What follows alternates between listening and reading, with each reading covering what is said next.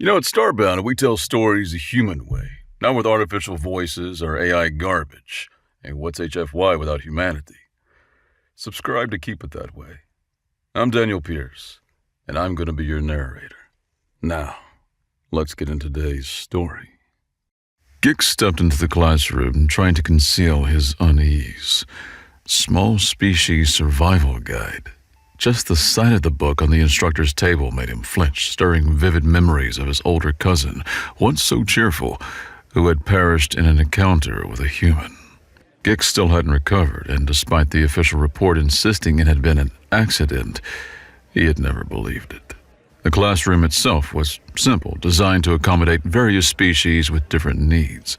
Adjustable seating dotted the space in neat rows, and the lighting could be modified for beings with different visual spectrums. The instructor stood, with his back to the entrance, organizing materials on the desk. Gix recognized him immediately as a fellow Drylac. It would have been impossible to miss, given the curled tail with its distinctive fluffy pom-pom at the tip. The little tuft of white fur swayed gently as the instructor shifted his weight, reaching for something on the far side of the desk.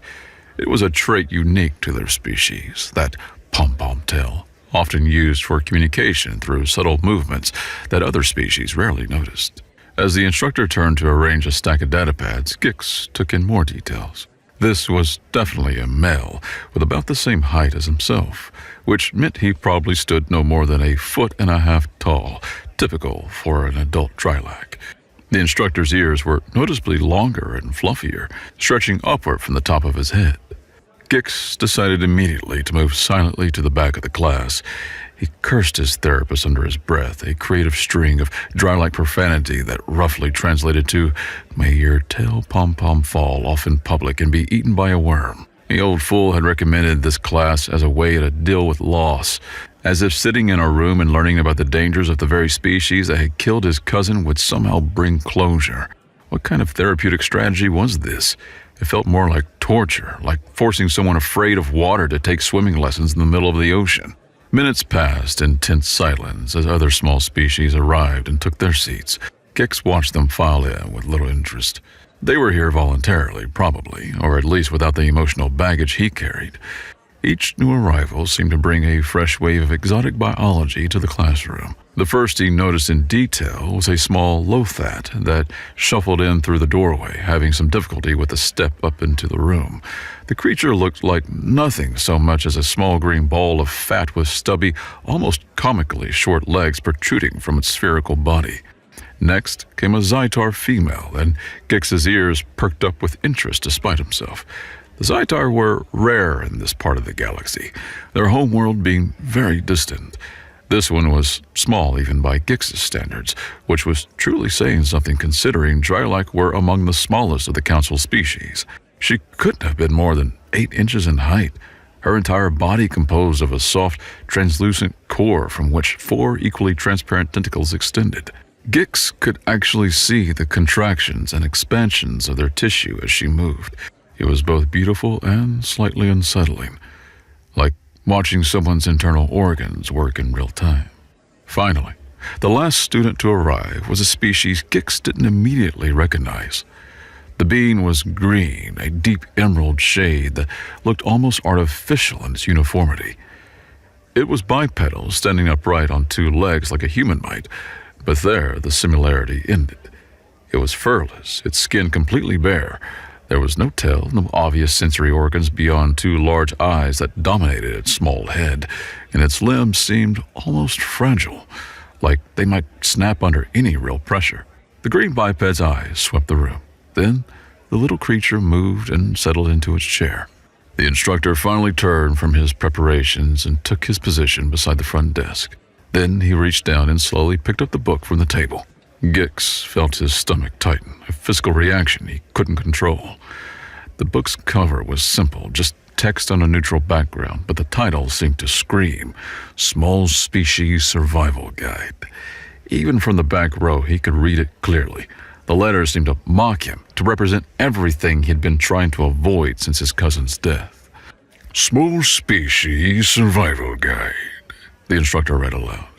It was a warm voice, Gix noted against his will, nothing like what he had expected. Before we move on to rule number 1, I'd like to ask you all a question. Why are each of you here? Gix didn't feel like talking. He had no desire to share his story with strangers, to expose the raw wound of his grief to beings he'd never see again after today. He slouched lower in his seat, making himself as small as possible, hoping his yellow fur would somehow blend into the gray chair and render him invisible. But others in the class had no such reservations. Hands, tentacles, and various appendages rose into the air. The instructor pointed first to the Zytar beside Gix, and she spoke in a gentle voice. "I was asked to attend by my boss," she said, her tentacles gesticulating as she spoke, adding a visual component to her communication. "I'll soon be working in the same environment as humans. They said it was mandatory for my safety and the company's liability insurance, something about new regulations after an incident on one of the orbital platforms." She sounded resigned rather than enthusiastic, as if this were just another box to check on her employment requirements. Gix understood that feeling at least, being forced to do something for official reasons, whether you wanted to or not. The Lothat was next, and when the instructor gestured to him, his round body somehow conveyed embarrassment. Gix wasn't sure how a spherical creature managed to look sheepish, but the Lothat pulled it off. "It was a recommendation from my government," the Lothat said in a voice higher than Gix expected, almost squeaky. "After the incident on Station 12, they required all Lothat traveling to mixed species zones to attend a course like this. I'm planning to visit my daughter next month. She moved to one of the core worlds. Lots of humans there." The green biped spoke last, and when it did, Gix's ears perked up despite himself. "I heard some stories," the green being said, its large eyes unblinking. "Decided to come see for myself if they were true. Stories about humans and how dangerous they are to small folk. Wanted to know if the rumors were exaggerated or if I should be worried." The green biped didn't elaborate, and something about its tone suggested it wouldn't, not here, not in front of the class. Gix felt the instructor's gaze settle on him. Those knowing eyes, dark and intelligent, seemed to see right through his yellow fur to the grief and anger festering inside, to the raw places he kept hidden from everyone. The instructor's ears tilted forward, a gesture of encouragement among Drylac, an invitation to speak. But Gix stayed silent, his jaw clenched so tight his teeth ached. The moment stretched, becoming uncomfortable. Gix could feel the attention of the other students shifting to him, wondering why he wasn't answering. Thankfully, the instructor seemed to read his facial expression, and he gave a small nod of understanding. He moved on without forcing the issue, without calling attention to Gix's silence. For that, Gix felt a grudging flicker of gratitude. The instructor opened the book with both hands, treating it with the reverence usually reserved for sacred text. He cleared his throat, paused for effect, and then read aloud. "Survival rule number 1. Never anger a human." Then, with exaggerated slowness that was almost comical, he turned the page, his expression deadpan. "Rule number 2, he continued. See Rule 1. Gix felt a flicker of something he couldn't quite identify. Not quite amusement, he wasn't ready for that, but perhaps interest, or at least a momentary distraction from his anger. This was certainly an unusual opening for a class. He thought this couldn't possibly be written in the book, not really, not in those exact words. It had to be the instructor's addition, his way of making a point. Perhaps this instructor was one of the good ones, the kind who transcend rigid curriculums and sterile classrooms to give students a lesson they would never forget. The kind of teacher who understood that real learning came from emotion, from being shaken out of complacency, not just from regurgitation of facts and figures. A voice in the middle row broke the silence. It was the Lothat, leaning forward, his round body straightening against the desk. "Instructor, surely this single rule can't be that important. Or what about all the other large species?" The green biped added, "I've read humans are just another species in the council, one among hundreds. Why do we need special rules just for them? Why aren't we learning about avoiding Granite stampedes or Krellian territorial disputes?" The instructor's response was immediate. A laugh that filled the classroom and somehow eased a bit of the tension. for serious conflicts," he said, his smile fading into something more somber. "This is the most important rule of all. Let me give you an example that will illustrate why these two rules take precedence over everything else you might learn in this class." He set the book down gently on the desk, his hands resting on its cover for a moment as if drawing strength or perhaps composure from it. "A few cycles ago," he began, his voice dropping to a more serious register, "someone from my species, a drylac like myself and Gix here in the back row, got annoyed by the meowing of a human's animal companion." Gix's ears perked up despite himself. This was already sounding like a bad decision. The drylac was living in shared quarters on a long-haul transport, one of those multi-species vessels that tries to accommodate everyone but ends up pleasing no one. The human's companion animal, a creature called a cat, had been meowing continuously for hours. The sound was driving the drylac to distraction, interfering with his rest cycle, making it impossible to concentrate on his work. He asked the human to quiet the animal. The human tried, explained that the cat was stressed from the journey, offered to move to different quarters when some became available. The instructor paused, his tail swishing slowly behind him. But my fellow drylac was beyond reason. He was tired, frustrated, and in a moment of insanity, he pulled out an energy pistol. And he killed the creature, right there, right then, right in front of the human. The classroom went very still. Even the Zytar's tentacles stopped their constant movement, freezing in mid-coil. The air seemed to thicken. The instructor took a few slow steps across the front of the room, his tail swishing behind him. His claws clicked on the floor, the only sound in the absolute silence. Now that he had their focused attention, every eye and optical sensor locked on him. He continued with the story. "The human," he said softly, "exploded into uncontrollable fury. Not the cold anger we drylac might feel when truly wronged. Not the methodical rage of a granac who has been insulted. Not the slow burning resentment of a Krellian holding a grudge. This was something entirely different. Something primal and instantaneous and absolutely devastating." The instructor's voice grew quieter, forcing the students to lean forward to hear. The next moment, faster than anyone could react, the human kicked the aggressor who had killed his pet. One kick, that's all it took.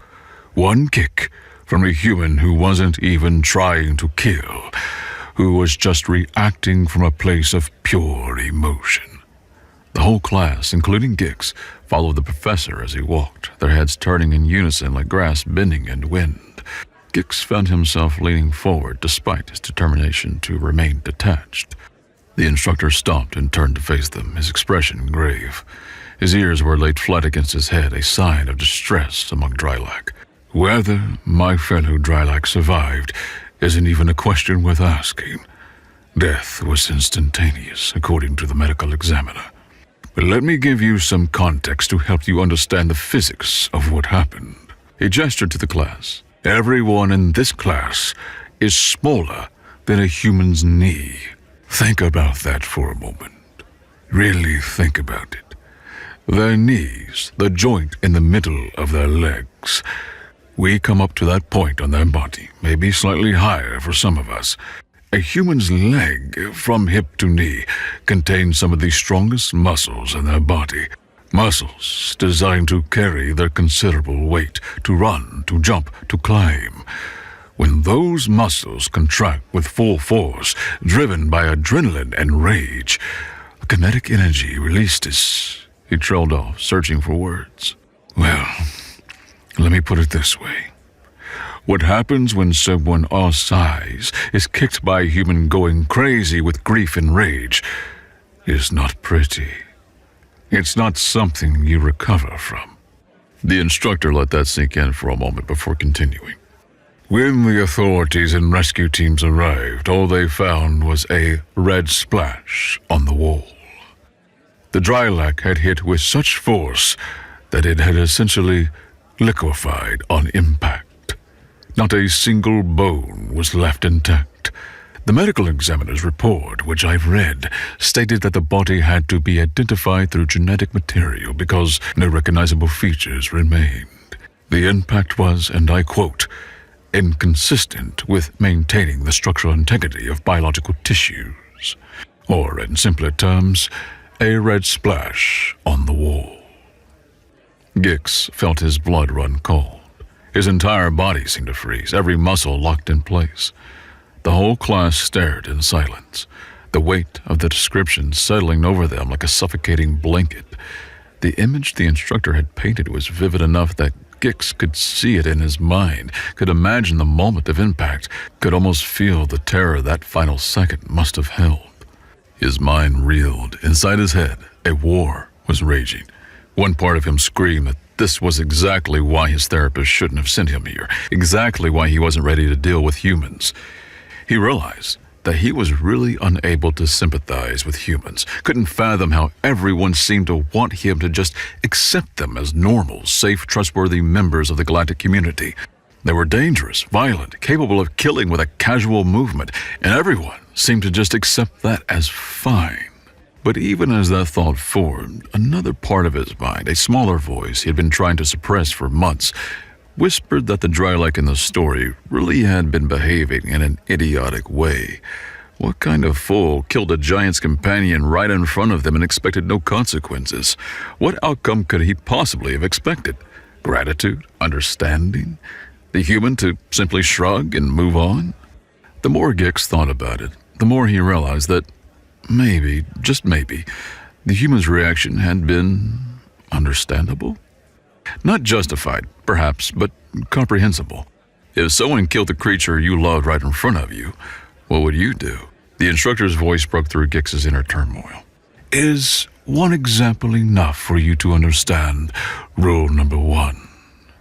A small voice from the front row, someone Gix couldn't see, said weakly, I think I'm going to be sick. That's too much detail. The green pipehead muttered, I didn't need quite that much visual imagery. A red splash on the wall? I get the point. The instructor nodded sympathetically, his ears shifting to a more compassionate angle. I know it's graphic. I know it's disturbing. I debated whether to include those details, but you need to understand the stakes. This isn't an academic exercise. This isn't about passing a test or getting a certificate to hang on your wall. This is about survival. About making it home to your families, your friends, your lives. If I have to disturb you to save your life, that's a trade I'll make every time. He clapped his hands together, the sound sharp in the quiet room, making several students jump. Now then, let me introduce you to the second part of this class. Now that you're aware of the most important rule, never anger a human, it's time for the most important part of the class. Gix saw confusion ripple through the students like a wave, felt it in himself. If the rule was the most important part, what could be more important than that?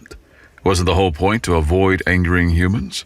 The instructor continued, and Gix noticed a subtle shift in his tone, becoming almost gentle. To your surprise, I'm sure, 98% of all deaths or injuries around humans happen not because someone angered a human, but by accident. Pure, tragic, preventable accident. Gix's hand shot up on impulse, his arm moving before his brain could stop it. Before the instructor could even acknowledge him, before permission could be granted, the words were already tumbling out of his mouth, loud and angry and full of all the pain he had been carrying for months. I don't believe this. That's impossible. Humans are certainly evil. Who have influence in the Galactic Council. They use their power and their size and the political connections to manipulate investigations, to make sure that the results always favor them, to cover up the violent nature with bureaucratic lies and convenient explanations. They have people in positions of authority who make sure that any death gets ruled an accident. Any injury gets blamed on the victim. How can you stand there and tell us that 98% are accidents when we all know they're killing us and getting away with it?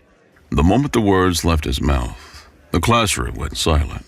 Gix's heart hammered in his chest, his breathing rapid and shallow.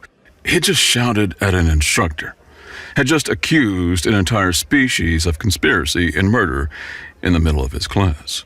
He expected anger. He thought the instructor would reprimand him, maybe even throw him out of the class. Instead, to his complete surprise, the instructor looked at him with something that could only be described as pity. Deep, genuine, compassionate pity. "I don't blame you for your reaction. I got a call," the instructor said quietly, "from a certain famous therapist, Dr. Killian. I believe most of you would recognize the name. He asked me to help one of his patients, someone who still hadn't recovered from a certain tragic event. Out of respect for your privacy, Gix, I'll avoid commenting on the specifics in front of the class." The realization hit Gix like a physical blow, like he had been punched in his single stomach. The air seemed to leave his lungs all at once. He had been set up. This wasn't a random class recommendation. This wasn't just his therapist suggesting a helpful course to add to his recovery process. This was a calculated intervention, a coordinated effort between his therapist and this instructor. Everyone seemed to be working together to make him like humans, to force him to just accept the official version from the Galactic Council, to let go of what he suspected in his heart to be the truth about his cousin's death. "Can't you just continue the class?" Gix asked, and he heard the anger bleeding into his voice despite his best efforts to control it. His ears were flat against his head, his tail rigid behind him. "I came here to attend a class, not to be a part of some therapeutic intervention I didn't consent to." The instructor was remarkably patient. His voice remained calm, understanding. "Of course I can continue. You're absolutely right, and I apologize if you felt ambushed. That wasn't my intention. Let me give you a piece of information about our last activity today, something I was going to save for later, but I think you should know now. We'll be meeting a human and training on safe distance and spatial awareness. You'll have the opportunity to practice the techniques we discuss in a controlled, safe environment." Gix felt panic surge through him like ice water in his veins. His entire body went rigid. "This isn't a prank. You're seriously telling me that you expect us to meet an actual human? To be in the same room with one? Are you insane?" He looked around desperately and saw the same fear reflected in the faces and body language of the other students. The Lothat had gone a paler shade of green, his spherical body seeming to deflate slightly as if he were trying to make himself smaller. The Zytar's tentacles had coiled so tightly around her supports that Gix could see the transparent tissue turning white from the pressure, like fingers gripping too hard. Even the confident green biped looked unsettled, its large eyes wider than before. "It's not a prank," the instructor assured them, his voice steady and calming. "This is a standard part of the curriculum, and I wouldn't include it if I didn't think it was essential. I'm going to teach you the concepts of safety for small creatures, give you the knowledge and tools you need, and at the end, we'll put those teachings into practice with a human called Helena. She's the most gentle and most spatially aware human I've ever met in 20 years of teaching this course. You'll be very safe with her.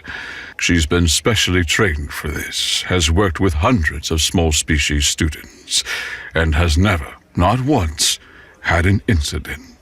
The class erupted into parallel conversations. The Lothat was whispering frantically to the student beside him, his high-pitched voice rising in distress. "I can't do this. I can't. What if she steps on me? What if she doesn't see me? What if—" The Zytar's tentacles gesticulated wildly as the whole class erupted into a flurry of whispers. "Silence, please." The instructor's voice cut through the chaos like a blade. The room fell quiet immediately, all attention snapping back to him. He waited a moment to ensure he had their complete focus before continuing. "I understand your fear. I truly do. Fear is natural, healthy even. It keeps us alive. But I need you to trust me when I say that you will be safe. Now, let's continue with the class, and by the end, you'll have the knowledge you need to make an informed decision about whether you want to participate in the practical exercise." Over the next hour, the instructor methodically walked them through examples of accidents involving small creatures and humans, and more importantly, how to avoid them.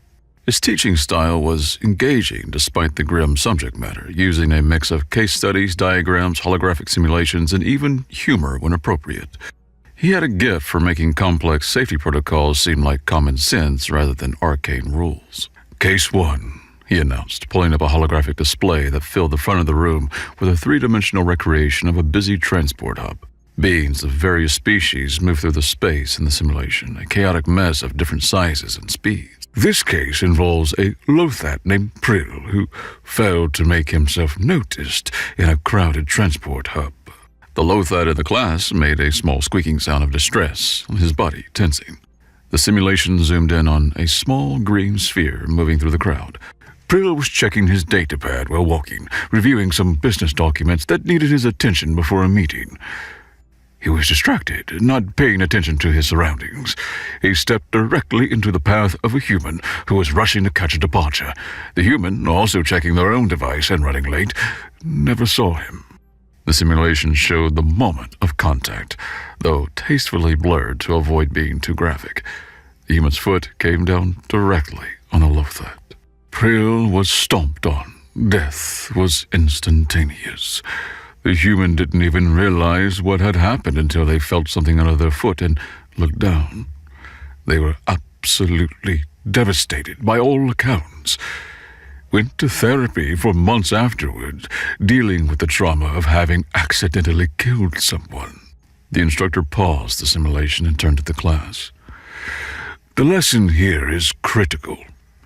Since we're small, we must always pay attention, and if you notice danger, use your voices. Humans have excellent hearing, better than many species give them credit for. If Prill had screamed or even spoken normally, anything that made sound, the human would have heard him and adjusted their path. The accident would never have happened. He let that sink in before adding, small doesn't mean you have to be quiet. In fact, around humans, quiet can be deadly. Silence makes you invisible.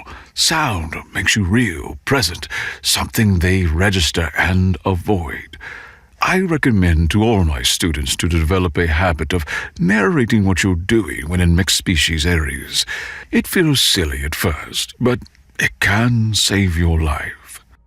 He moved to the next case, the hologram shifting to show the interior of what looked like a hotel corridor. Case 2, a drylag named Finn, from the same colony world as myself actually, entered a human's hotel room by mistake. He had been given the wrong room number by the front desk, a data entry error, nothing malicious. The door wasn't fully closed because the human was expecting room service and had left it ajar. Finn pushed it open and walked in. The simulation showed a small, yellow-furred drylag, similar to Gix in coloring, entering the room cautiously. What Finn didn't know, the instructor continued, his voice becoming more serious, was that the human had a companion animal, a creature called a dog. The dog, protecting what it perceived as its territory from an intruder, attacked. The human heard the commotion and came running from the bathroom, but by the time they arrived and pulled the dog off, Finn was dead. Gix felt his fur stand on end, every strand rising in instinctive fear. This was hitting uncomfortably close to his own experience, to the official story about his cousin. The lesson here is multifaceted, the instructor said. First, always verify your location. Don't just trust the information you're given. Confirm it independently. Second, always knock or signal your presence before entering any space, even if you think you have the right to enter. Even if it's your own room, knock first if the door is open. The class didn't even have time to let the second case sink in before the instructor moved on. The final case made several students gasp audibly, and one student in the front row covered their eyes. Case 3, the instructor said, his voice gentle now, involves a small being, a Zytar, like our friend here. The Zytar beside Gix made a sound like wind through reeds, a mournful note. The hologram showed a public park with a human family having a picnic. A small Zytar with beautiful fur-like filaments that sparkled in the sunlight approached the group. The Zytar was curious about the humans and had read that they were generally friendly. This Zytar, named Sela, had a particularly beautiful coat of filaments that resembled fur, very soft, very attractive. The human's small offspring, perhaps 5 standard years old, saw Sela and was delighted. The simulation showed the human child's face lighting up with joy, pointing at the Zytar and saying something to the parents. The parents smiled, thinking it was harmless. The child reached out toward the Zytar. Sela, not understanding the danger, stayed still, thinking this was a friendly greeting. The human child picked Sela up and hugged her to death. The child had no concept of its own strength, no understanding that what felt like a gentle embrace to them was crushing pressure to Sela. By the time the parents realized something was wrong and forced the child to put Sela down, it was too late. The instructor's voice was heavy with sadness. The human parents were horrified. The child was traumatized, suffered nightmares for years according to the follow-up reports, and Sela was dead. All from a gesture meant as pure affection. The Zytar beside Gix made another sound, this one sharper, more distressed. The lesson here is perhaps the hardest one to internalize, the instructor said, looking at each student in turn. Human children are especially dangerous because they lack the spatial awareness and strength control of adults. They don't mean harm. They're not being malicious, but they're still deadly to us. Avoid them when possible. If you must interact, do so only with adult supervision and clear boundaries established beforehand. Teach the adults to teach their children the rules, and never, ever rely on your appearance to protect you. He gestured to the frozen hologram of Sela. What seems cute to them can be a death sentence to you. They want to touch, to hold, to pet. That's how they show affection. But their affection can kill us. So we have to be smart, careful, and very, very clear about boundaries. Gix noticed that everyone else in the class was taking notes, their various appendages scribbling or typing frantically on data pads. The scratching of styluses on screens created a white noise backdrop to the instructor's words. Everyone was engaged, learning, preparing to survive in a galaxy where humans existed. Everyone, except Gix. He sat with his arms crossed, his datapad dark on the desk in front of him. He'd already prepared mentally to leave the class before the training with the human. He was formulating a plan, visualizing each step. He'd mix with the crowd when they moved to the training halls, stay in the middle of the group for camouflage, then slip away when everyone was focused on the human. Turn right instead of left, find the exit, and disappear before anyone noticed his absence. Simple, effective. No confrontation necessary. He could be halfway home before the instructor even realized he was gone. The instructor was still talking, explaining the nuances of human body language, teaching them to recognize the signs that a human was aware of their presence versus oblivious to it. He discussed the importance of designated small species pathways in mixed facilities, the value of wearing bright colors or light-up clothing in low-visibility situations, the critical nature of maintaining eye contact when possible because humans tended to be more careful with beings they'd visually acknowledged. Gix heard the words, but didn't process them, didn't let them sink in. He was too busy rehearsing his escape, running through the mental steps again and again to make sure he didn't forget anything. Finally, after what felt like hours, the instructor clapped his hands together. All right, everyone. You've learned the theory. You've seen the case studies. You understand the risk and the safety regulations. Now it's time to put that knowledge into practice. We're going to meet our human now in a larger space where we have room to practice distance awareness and safe approach techniques. Please gather your things and follow me to the training hall. The students began to move with obvious reluctance, gathering their datapads and personal items with slow, fearful movements. Conversation started up in hushed, nervous tones. Gix stood and mixed with the crowd, positioning himself in the middle of the group where he'd be least noticeable.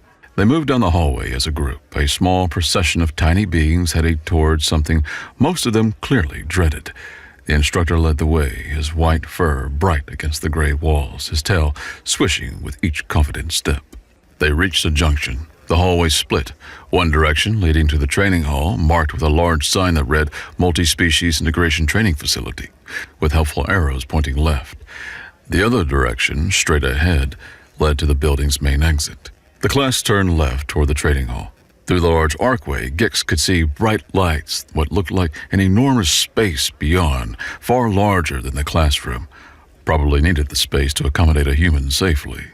Gix kept moving forward. He maintained his pace, didn't speed up or slow down, didn't look back, just kept walking straight like he had every right to be going this direction. His fur prickled in anticipation, waiting for someone to call out to stop him, but no one did. Just a few more steps and he'd be free. He could see the exit ahead, could imagine the relief of stepping outside into open air, away from this place, away from the confrontation with his fears that everyone seemed determined to force on him. A hand landed on his shoulder. Every muscle in Gix's body went rigid. His tail froze mid-swing. His ears snapped back flat against his head. His breath caught in his throat. When he looked back, the instructor stood there, his white fur somehow seeming to glow in the corridor lighting, his long ears tilted at an inquisitive angle. "Planning to leave early?" the instructor asked, but his tone was almost funny, gentle, without a trace of accusation or anger.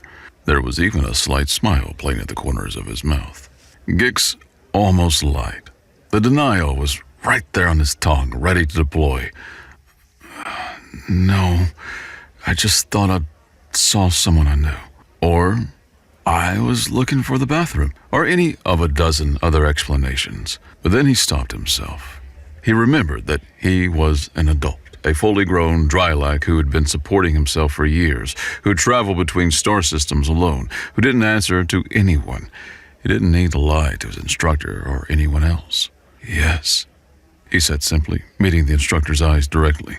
"I'm leaving. I don't want to meet a human. I don't want to be in this class anymore. And what are you going to do about it? You can't force me to stay." The instructor laughed. That same warm sound from earlier, and shook his head.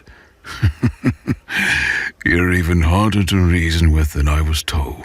Dr. Killian warned me you were stubborn, but I think he undersold it." His tone was affectionate rather than critical. "But tell me, Gix, before you go, would you be interested in seeing something? Something I think you might actually want to see?" Gix felt confusion wash over him, replacing some of the defensive anger. "What are you talking about?" The instructor pulled out a datapad from his satchel, one of the expensive models with high-resolution display and extensive storage.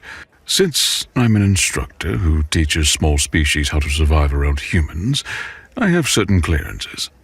Access to incident reports, investigation files, surveillance footage, anything that might be relevant to my teaching or to understanding how these accidents happen. It helps me stay current, helps me save lives." He tapped the screen a few times, pulling up files. "I managed to get the footage from the day your cousin suffered his accident. I also have the full investigation files, all the witness statements, the official reports, everything Dr. Killian helped facilitate the request. Pulled some strings with the Council's Oversight Committee." Gix's interest spiked immediately. His planned escape momentarily forgotten. He could feel his single heart hammering against his chest. When he spoke, his voice came out weak, almost a whisper. "I don't want to see the human murdering him. I don't want to watch my cousin die." The instructor's expression remained gentle, understanding. "The gore is censored. The investigation board always obscures the actual moments of severe injury or death. There are strict rules about that. They don't want traumatic imagery available for viewing, even by authorized personnel. You won't see anything graphic, but I believe you should see the footage anyway. I think it will elucidate a lot of the questions in your mind, answer things you've been wondering about for a long time, help you understand what really happened. Gix thought about it. Every instinct screamed at him to refuse, to walk away, to maintain his version of events where humans were monsters and the Galactic Council was corrupt and his cousin had been murdered. It was a comfortable narrative in its way, giving him something clear to hate, to target for his grief and anger. But another part of him, a part he'd been suppressing for months, wanted to know the truth, needed to know. What if he was wrong? What if everyone else had been right all along and he'd been torturing himself needlessly? What if his cousin's death really had been an accident and Gix had been poisoning himself with baseless hatred? All right, he said reluctantly. Show me. The instructor positioned the datapad so they both could see it clearly, angling it against the corridor wall at a height where they could both view it comfortably.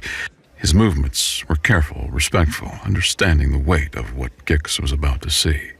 Your cousin, the instructor began, speaking softly, was sitting in a dark corner of a passenger spaceship called the Celestial Horizon after the end of a shift with the other engineers. Look closely at everyone's eyes here. He pointed to various beings in the frozen image. Regardless of species, you'll see how tired everyone is. It was hour 18 of a 20-hour shift due to emergency repairs. Some kind of coolant leak that required immediate attention, or they would have had to cancel the departure and evacuate the ship. Everyone was exhausted, running on fumes. The perfect environment for accidents. Gix leaned closer, his nose almost touching the screen. He saw exactly what the instructor described. The interior of a cramped passenger ship, the lighting dim for rest cycle, showing beings of various species moving through the space with the sluggish motions of extreme exhaustion. His cousin sat in a corner seat, his yellow fur looking dull and matted even in the recording, his head nodding as he fought to stay awake long enough to reach his destination. Gix recognized the particular tilt of his cousin's ears, the same expression he had made when he was a child staying up too late, determined not to miss anything interesting. Now, watch closely, the instructor said, pointing at a specific area of the screen. Look at what happens when the human approaches your cousin's seat. Pay attention to everything in the frame, not just the human. The video played. Gix watched a human enter the frame, tall as expected, probably 6.5 feet if the scale markers on the recording were accurate. The human was moving carefully through the cramped space, clearly aware of the packed conditions and trying not to bump into anyone. They were checking the datapad, clearly looking for their assigned seat number. The human's face showed concentration and what looked like fatigue. They were almost at Gix's cousin's row when suddenly, from the other direction, a massive figure appeared in the frame. That's a Granach, the instructor narrated quietly. 9 feet tall, 4 arms, approximately 800 pounds, and, according to the statements taken later, in a terrible mood because they'd been woken up early from their rest cycle to help with the repairs. Gix watched as the Granach, clearly irritated at finding the human blocking the narrow aisle, simply decided to solve the problem with brute force. The Granach didn't ask the human to move, didn't wait for them to notice and step aside.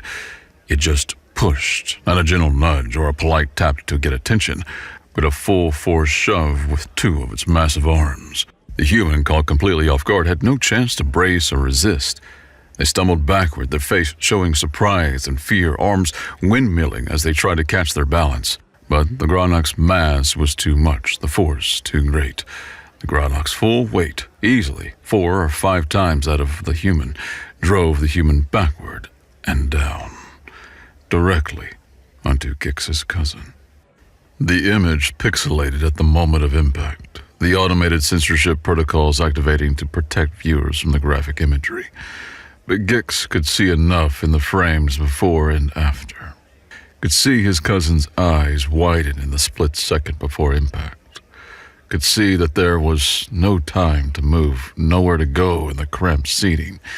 Could see that the human's face showed only surprise and fear, not malice, not anger, not intent. Just a person falling unable to stop themselves, about to become an unwilling instrument of someone else's violence. A moment of realization crashed over Gix with the force of a physical blow. His legs felt weak, his vision seemed to blur at the edges. All this time, all these months of grief and anger and hatred, he'd been blaming the wrong being. The human hadn't attacked his cousin. The human hadn't even been careless or violent or negligent. The human had been as much a victim as anyone, weaponized by another species' aggression and terrible decision-making. The instructor let the image play. When the pixelation cleared, it showed the human scrambling up with desperate speed, their hands shaking as they tried to help. The human's face was wet with tears, their voice, the audio was muted, but Gix could read the body language. Clearly panicked and distraught. They kept reaching toward Gix's cousin and then pulling back, obviously afraid of making things worse, not knowing what to do. Other beings rushed over to help, and the human was pushed aside by the crowd, still crying, clearly in shock. The Gronach had already run away, disappearing into the crowded ship before anyone could identify it or stop it. The camera caught just a glimpse of its massive form moving rapidly through a connecting corridor. When the authorities arrived minutes later, the footage showed them taking statements from everyone in the area. The human could barely speak through their tears, kept saying something over and over that looked like, I'm sorry, I didn't mean to. I couldn't stop, I'm sorry." The human was released after only brief questioning. The decision made right there on the scene. Of course they were released, not because they had contacts in the Galactic Council pulling strings, not because of some grand conspiracy to protect humans and their reputation, but simply because, as it happened most often in these cases, big species could harm small species even when they didn't mean to, even when they were themselves victims of circumstance or malice from other even larger beings. The human had been a weapon, not an attacker. The Gronach had been the true cause of death, but the Gronach had fled and was never found despite an extensive search. The case file showed months of investigation trying to identify the Gronach from the camera footage and witness descriptions, but they had never succeeded. Probably the Gronach had changed ships at the next station, disappeared into the vast galaxy where billions of beings moved every day. Gix watched the replay, the instructor running it back to show him the sequence again from a different camera angle that captured the Gronach's expression, pure irritation and entitlement. The look of someone who viewed smaller beings as inconveniences to be moved out of the way. "I was wrong," Gix said, and the admission felt like something physical being pulled from his chest, leaving a void behind. The shame was almost overwhelming, making his fur feel too hot, too tight on his skin. Everyone was right. The investigation, the council, my therapist, you, and I was wrong. I've been wrong for months. I blamed humanity for something one individual Gronach did. He paused, struggling with the words, struggling with the weight of all those months of misdirected hatred.